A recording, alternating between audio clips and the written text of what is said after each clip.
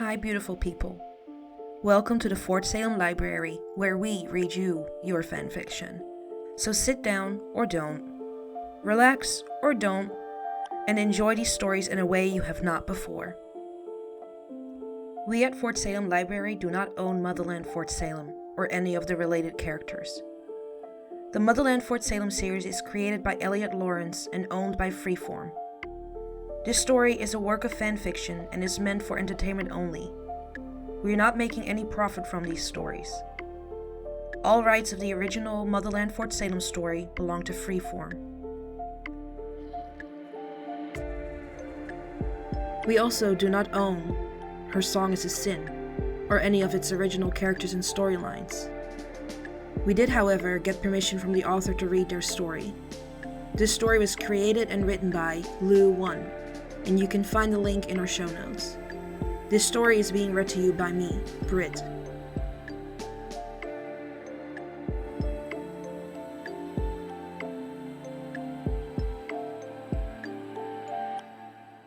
Her Song is a Sin. Chapter 22. Byron immediately sensed a change in his sister when she walked into the great room that afternoon. His easel was set up by the bear mound, and he was busy working on the new portrait. He'd made friends with the bear, and thanks to Edwin smoking his pipe every afternoon, he had taken to affectionately calling the mound Smoky Bear. "Hey, how's it going?" Scylla asked, walking over to the canvas. Byron kept painting and asked, "How long have you known?" Scylla's eye fell on the canvas, the figure already unmistakably her childhood friend. "Years," Scylla answered. "That first summer he kissed me on a dare, and afterwards we both looked at each other and just knew. I remember that kiss. I caught you out by one of the hothouses." "So you knew he was gay from the start? And that he liked me?" Scylla shrugged. "I think the liking part came later." Byron's brow furrowed and he asked, "Who dared him?" Scylla, "Well, Helen did. Thinking back at it, that was strange. She seemed to be focused on, more his reaction than mine or Porter's. I just saw it as an easy out, so I went with it. A fun coincidence. I'm sure she wouldn't do that on purpose. Would she? None of us could have guessed what was about to happen, right?" The musician just paused, and Byron looked up at his sister. She met his gaze, and after a moment he nodded his head. "Makes sense now. I'm sure she didn't know. That would be so fucked up," he said, voice low. "Yeah," Scylla answered. "You're right." Scylla looked at the painting, and then at her brother with a nice pivot from the depressing conversation stated, "He's a solid guy, By." "I'll try to remember that," Byron answered. He dropped his brush in a mason jar filled with water, the blue paint swirling from the brush into the already red-tinted liquid, wiped his hands on a rag and turned to look at his sister. "So, tell me about you and Rael." Scylla's eyes instantly brightened, and she smiled so wide her face must have hurt. "We finally did it." Byron laughed. "That's old news. You did it a long time ago." Scylla rolled her eyes and smacked her brother on the shoulder. "The talk, you ass. She told me that she loved me." The artist smiled at Scylla's face, became a facade of wonderment, even as she said the words. She'd be beautiful to paint like this, he thought. "And what did you tell her?" "That I was in love with her," Scylla admitted. "'Bout damn time," Byron said. "So why aren't you with her right now?" Her dad had a follow-up appointment with his doctor and she drove him into town. Byron nodded. "They'll be gone for a while then. Their version of town is pretty far away." "Yeah," Scylla answered. "So what are you up to this afternoon?" Byron asked. Scylla shrugged. "I don't know. I thought about maybe tuning the guitar Ray lent me and working on some music." Byron nodded. "Yeah, I mean, this isn't forever, right? Surely you can go back to your career once they catch the guy." Scylla swallowed. "Maybe." The truth was, Scylla wasn't so sure she wanted to go back to that life. And if she did, she wondered how Rael would feel about it, and where would the bodyguard fit in once the psycho was caught. The artist studied his sister for a moment and then gave her a shrug. You don't have to decide anything right now. Yeah, Scylla answered, relieved from not having to answer her brother's line of questioning. Byron frowned at seeing her so uncertain. She looked scared and lost again, and he didn't like that at all. Why don't you come out with me to see the horses? Ash is here today, and she said she would give me a lesson. It wouldn't hurt to get in the saddle yourself. That way you and Ray can go for a ride, and she won't have to stress about you falling off the horse. Scylla wasn't sure about any of what her brother just proposed. She'd only spoken to Ashley a few times, but it was obvious the girl didn't like her much, and she knew from Quinn's comments that the vet and Rael had a history. Come on, Porter will be there too. It will be fun, and maybe you can help keep me from making an ass of myself in front of him. In other words, you want all the attention on me so you can flirt with him, Scylla teased. Exactly, Byron answered with a blush and a smile. Okay, Byron, I guess I can give it a try. Well, all this proves is what we already knew, Alder said, as Tally told her about her ballistics friend's findings. We knew there was a sealed file that was coded for an investigation, Tally argued. Now we know a firearm was involved. Unfortunately, we don't know if the investigation even involved a shooting. There's nothing linking what happened at the tree to the serial killer hunting Miss Ramshorn. Tally sighed. I know. We're grasping at straws. Something happened there, I am sure. The video cameras everywhere pointing at that old tree and the barely a misdemeanor of cannabis. That bubbly caretaker, that bitch telling Ray she has eyes there. They are protecting something. Alder shook her head. You aren't even supposed to be working this case anymore. You can't keep letting it stress you out. I'm worried about Rael, Tally admitted. This psycho was right there, Sarah. They were in the hotel. I know, and with only one more word to go, I fear that Scylla is about out of time. At Byron's riding lesson, with her new title as wingman for the day, it only took a moment for Scylla to regret allowing her brother to talk her to tagging along to the barn. It started when Ashley looked at her as if she was something smelly or sticky caught on the bottom of the vet's boot. Quinn's brow had furrowed when Scylla had shown up for the lesson along with Byron, and the older woman had exchanged a look with the vet that the musician couldn't read.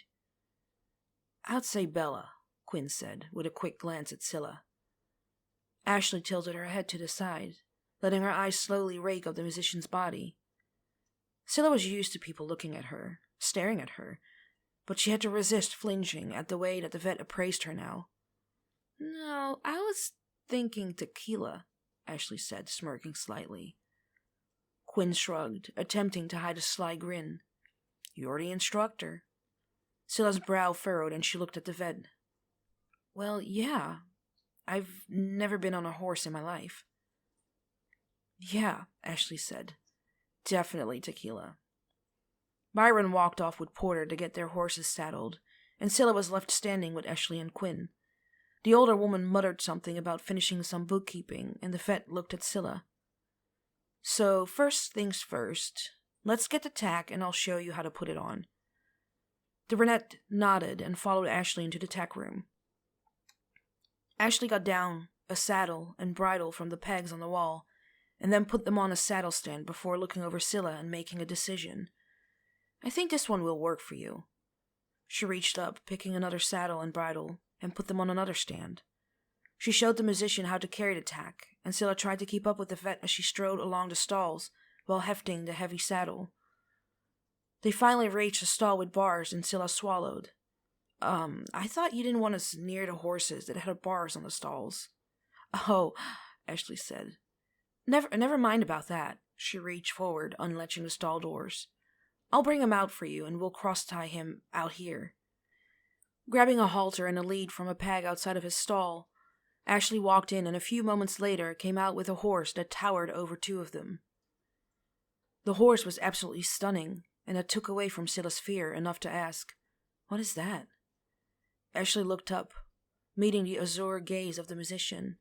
He's a blue roan Tennessee Walker. He's beautiful. He's a bit feisty, but I think you'll be okay with him. I've never Been on a horse, Ashley repeated. I know, I get it. But I'm guessing you'll want to ride with Ray. And Zorro is a Tennessee walker too. You'll need a horse with a similar gait, or you're going to be working extra hard just to keep up with them. Scylla's brows furrowed, and Ashley explained the gait difference and the running walk. Trust me, you'll love it. They're smooth as silk to ride. Scylla could only nod her head and listen to Ashley begin to explain how to tack up the horse. She tried as best as she could to follow the instructions that were given. The musician fumbled a few steps and had to have Ashley help her undo the mess she'd created and try again. It took a few tries for her to get the bridle right, and at first Tequila seemed resistant to take the bit. Ashley had her stop and pet the horse for a few minutes and then try again. This time the horse practically put the bit in his mouth himself. Once Scylla was tacked up, Ashley showed her how to properly lead the horse, and they made their way into the indoor ring. Scylla watched as Byron started to mount Winston. The horse, distracted by their arrival to the ring, turned his head and startled Byron, who started to fall back. Once again, Porter was there, hands grabbing at the artist's ass, and the blonde hoisted Byron up on the horse. The artist was blushing like mad, but gave Scylla a wink when the blonde turned to mount Jasper. Ashley led Scylla and Tequila over to what looked like a stepladder and stopped. As tall as he is, you're going to need to use a mounting block. Out in the field or on a trial, I can either let you borrow a stirrup mount, or you'll have to find a rock to help you, and I'm sure Ray will be more than happy to assist you. Ashley gave Scylla some instructions, and after a couple of failed attempts, Scylla eventually found herself astride the horse and nearly panicked at how high she was off the ground. The vet moved the mounting block outside of the riding area, and Byron walked over on Winston. Who would have ever thought of us on horses? Byron asked. Yeah, Scylla managed, trying to find the urge to yell something at him for getting her to do this. Ashley looked up at them from the ground. Byron, you have a bit more experience now. So why don't you work with Porter for a bit on the outer edge while I'll work with Scylla in the inner part of the ring? Byron nodded. He gave his sister a reassuring smile and then rode over to Porter. Scylla was glad her brother was happy and getting some alone time with Porter, but she was not looking forward to being left alone with the brunette. Ashley was a no-nonsense in the ring. Although she was polite, as soon as the lesson began, she barked out instructions left and right. Heels down! The vet snapped at Scylla. The first order caught her off guard, looking towards the vet to see if she was even the same person talking. Eyes forward! Ashley barked again, as soon as they had eye contact. Scylla snapped her head back, looking in front of the horse as commanded. She wasn't sure if she was compliant out of confusion or fear. She just wasn't expecting this change in the brunette.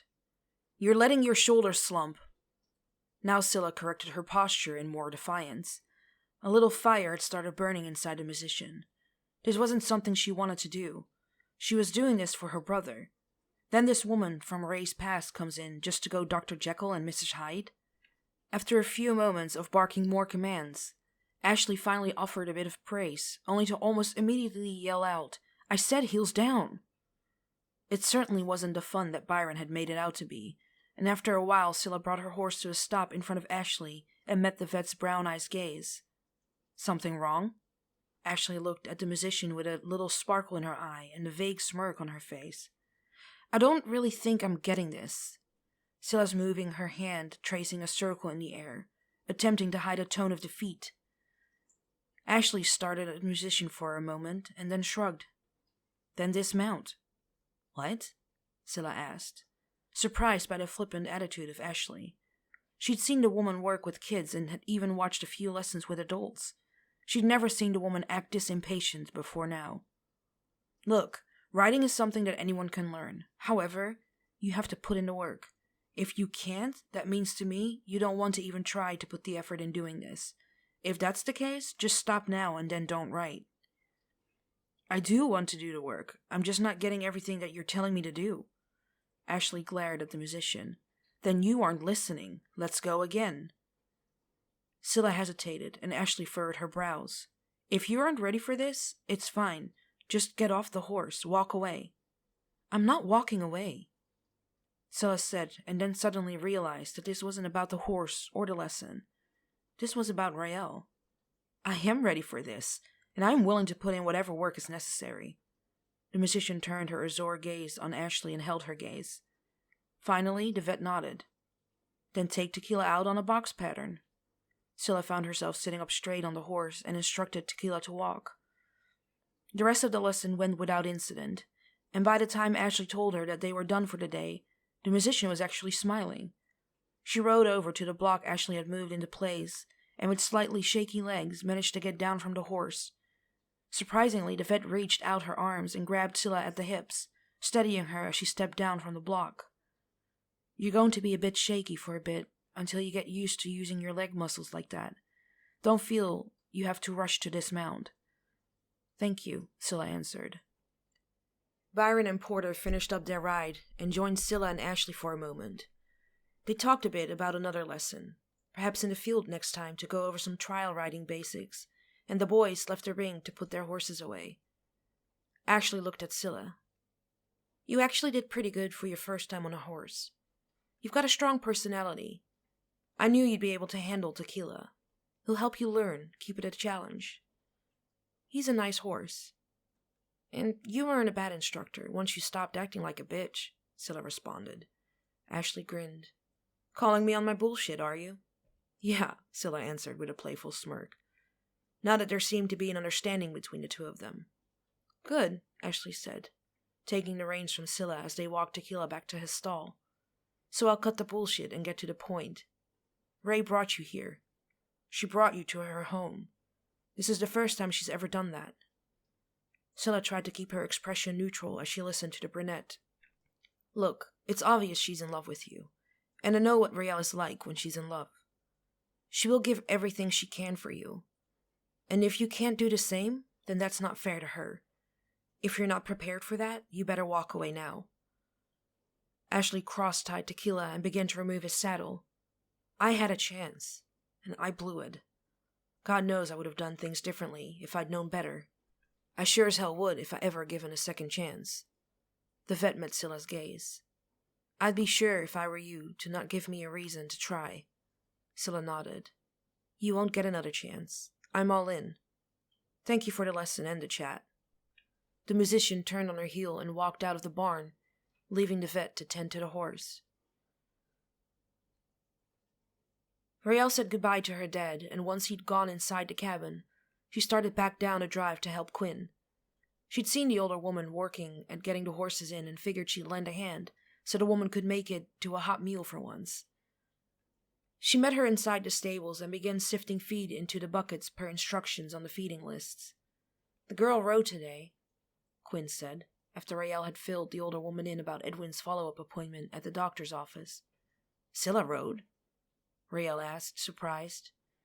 Scylla hadn't seemed the least bit interested in the horses, beyond saying that it was peaceful to watch them in the field. Yeah, Ashley put her on Tequila. Raelle's brows rose, and she thought about the Blue Roan. He was a good horse. All of Quinn's horses were, but he wasn't usually used to teach beginners. How did she do? Surprisingly well, Quinn admitted, her mouth a thin line. Well, Scylla's a smart woman. I'm sure she picked up on things pretty quickly. I suppose so, Quinn answered, not thrilled to admit to that fact. Raelle looked at her mother's oldest friend. She often saw her as a second mom, and her approval was important to Raelle. You don't like her much, do you?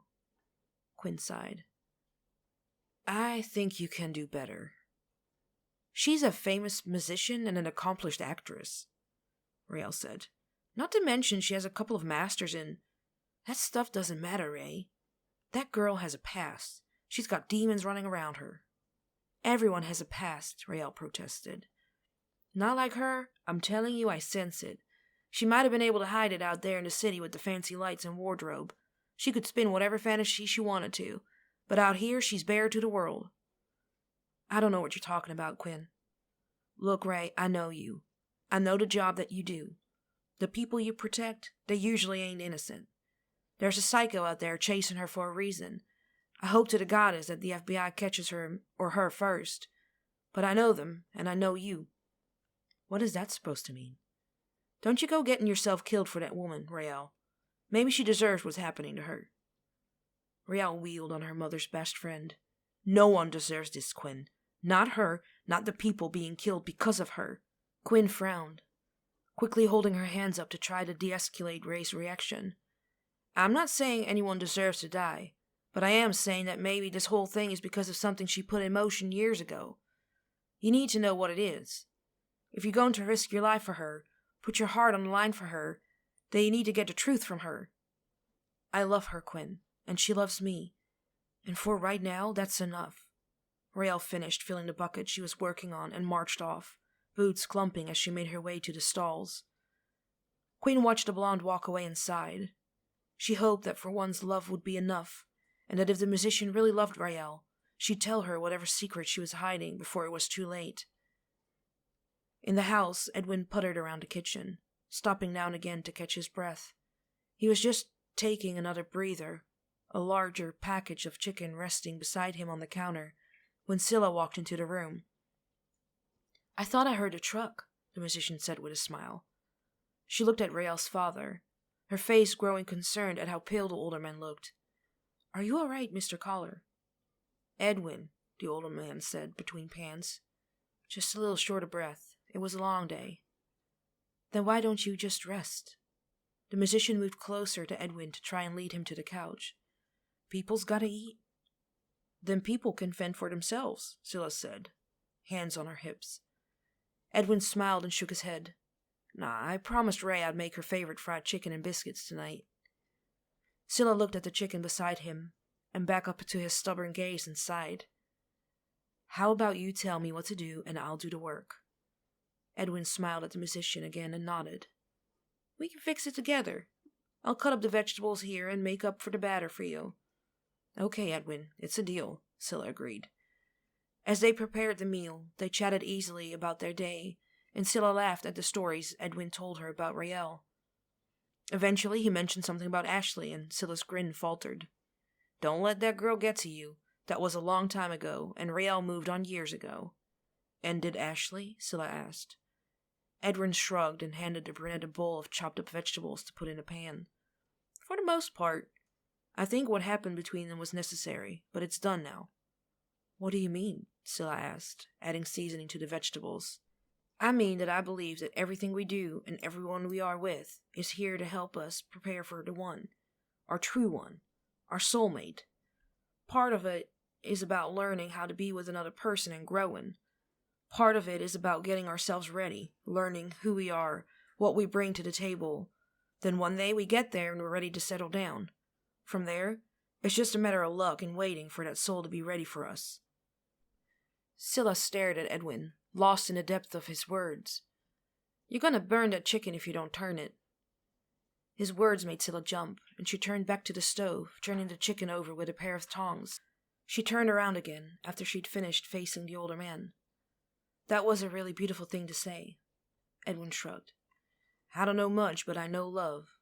I loved Ray's mama with all my heart and soul, and I'm proud to say she loved me the same, until the day she was taken from us. We taught our girl to love that way, so you'd better get prepared. Scylla blushed and Edwin smiled. My girl loves you, and I can see that you love her. Just do that. Give her your all. Be honest and true with her, and you can't go wrong. Edwin stood up from the stool at the counter and walked over to the musician. He gave her a hug and then helped her move the food from the pans to the platters. They had just finished placing the food on the table when everybody made their way into the dining area. Raelle looked like she was going to start fussing at her father again for fixing dinner, and so he held up a hand before she could start speaking. I hope you all enjoyed this, because this young lady is quite the chef. Scylla blushed and Raelle looked at her, brow raised. More like I can follow instructions, Scylla corrected. Thank you for helping him, Raelle said, leaning over and whispering in the musician's ear. I was happy to help, Scylla said quietly. The food was delicious, and everyone ate until their stomachs were full, and then let out collective groans of satisfaction. Porter offered to clean up, and Byron joined the blonde. Quinn and Edwin both expressed wanting to get some rest, and soon Raelle and Scylla found themselves alone. They made their way into the great room and settled in the recliners in front of the fireplace. That was a really good dinner, Raelle said. Like I said, I was just doing what your dad told me to do. The blonde smiled. Quinn told me you had a writing lesson today. Yeah, Byron talked me into going with him. You must be a quick learner. She said that Ash put you on tequila. It was an interesting experience, Scylla began. We had an interesting chat, too. Rael's brow furrowed. About writing? About you, actually. She said she regretted what happened between the two of you, that she'd messed up somehow. Rael shrugged and turned her pale blue eyes to the fire, thinking back to her teenage years. Scylla watched the blonde, hoping that Rael would tell her what had happened, but also worried at what feelings dredging up the memories may evoke. Eventually, Rael met her azure gaze, and her eyes contained the same emotions she'd seen that morning.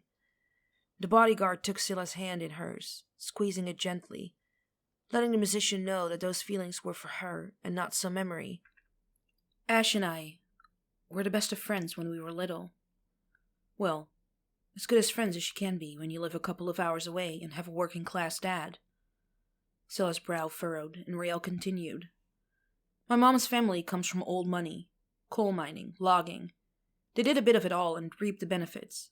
The blonde gestured vaguely around her at the house. Dad's family was working class. No land barons here. Anyway, it always put me in a weird spot. People at home thought I was stuck-up and fancy. Mom's family and friends here thought I was no better than white trash. Scylla nodded. It made sense now why Rael had never seemed intimidated around all the extravagance of the music business. She'd been comfortable around the glitz, glamour, and the money, but had never seemed to want to be a part of it. I was mostly a loner growing up. Ashley was the exception, Rael said, talking about the veterinarian now. Her parents were one of a couple of large animal clinics in town. Long before Quinn had horses here, my grandparents did. When her dad would come by to tend to the animals, she'd tag along. Rael smiled, the memories of a 5-year-old Ashley running through her mind. You were instant friends? Scylla asked. Oh yeah, inseparable from the start. You name it, we'd get into it. And when we were little, it didn't really matter so much. I mean, her parents weren't going to risk losing business because they fussed about me hanging around their kid. Then things changed? Rael nodded. I was 15 and she was 16. Suddenly Ash wasn't just coming over with her dad. Now she was coming over and picking me up in her truck, and I'd go with her on the weekends to the rodeos. The blonde shrugged. At some point it became more between us. We'd been careful to keep it under the radar. She usually had a boyfriend and I played around. Nothing serious, though, and I made sure the girls knew it. Then we got careless. We had a bit too much to drink one night, celebrating a great run. Her dad walked in on us. Rael snorted. It wasn't even the fact that I was a girl that bugged him. It was who my father was, and who I wasn't. Scylla couldn't imagine not liking Rael's father. Then the fact that the dislike was simply over money or status was ridiculous to her. So Ashley's dad made her end it? Yeah, Rael answered. I guess we never really even talked about it. One day we were together and the next day we weren't. She kept doing rodeos and I started working out more, getting prepared to join the military as soon as they would let me in. She stopped coming here, and I didn't really come back that much until my mom died and I inherited the land. And so you never even discussed it later? Scylla asked. Rael shrugged. What was there to say? She'd made her decision to end it. She didn't even try to figure something out. And really, our lives were going in different directions anyway. It wasn't meant to be. But you never... No, Rael answered. Do you regret that you didn't try to work things out? Rael shook her head. By the time we saw each other again, she had taken over her dad's practice and was seeing someone, and I definitely wasn't in a place to be involved with anyone. No. We are better off being just friends. Scylla was glad her bodyguard felt that way, but it was obvious the veterinarian had come to a different conclusion about the events. You were her first? Scylla asked. Yeah, Rael answered. Scylla nodded, understanding the situation a little better. You never forget your first, and sometimes they won't forget you. After a few minutes of just watching the flames dance in the fireplace in companionable silence, Rael stood and walked into the kitchen.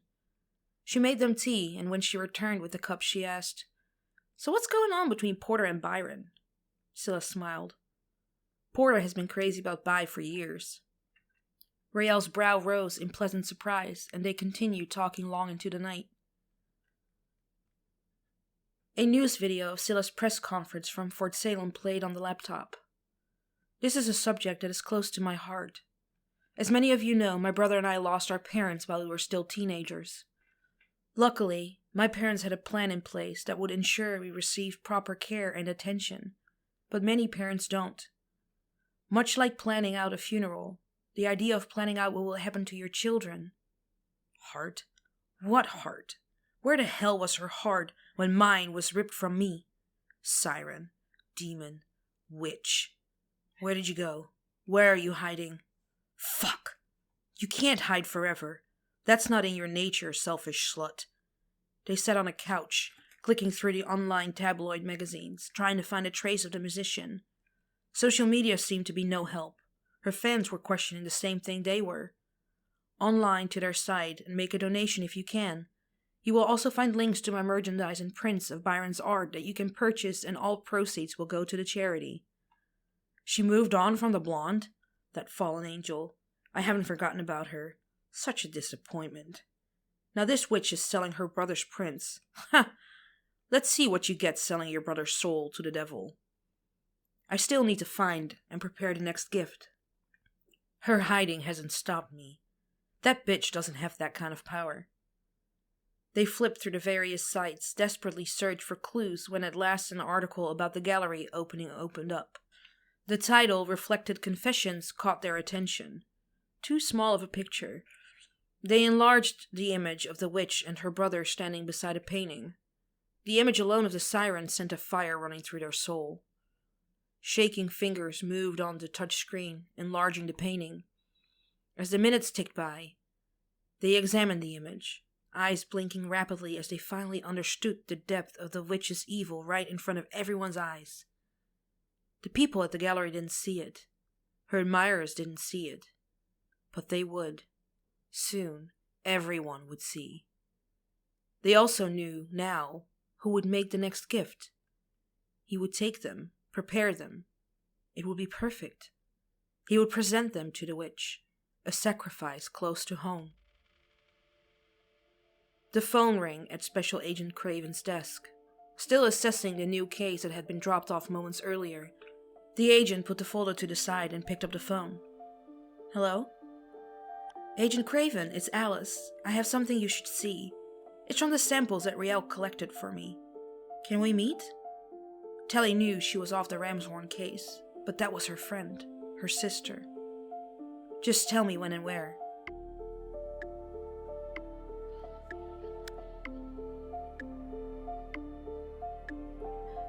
Please find the fanfiction you just listened to on Archive of Our Own and leave the author some love. Without them, this wouldn't be possible, and we want to thank them from the bottoms of our hearts for creating these amazing stories and keeping the show alive.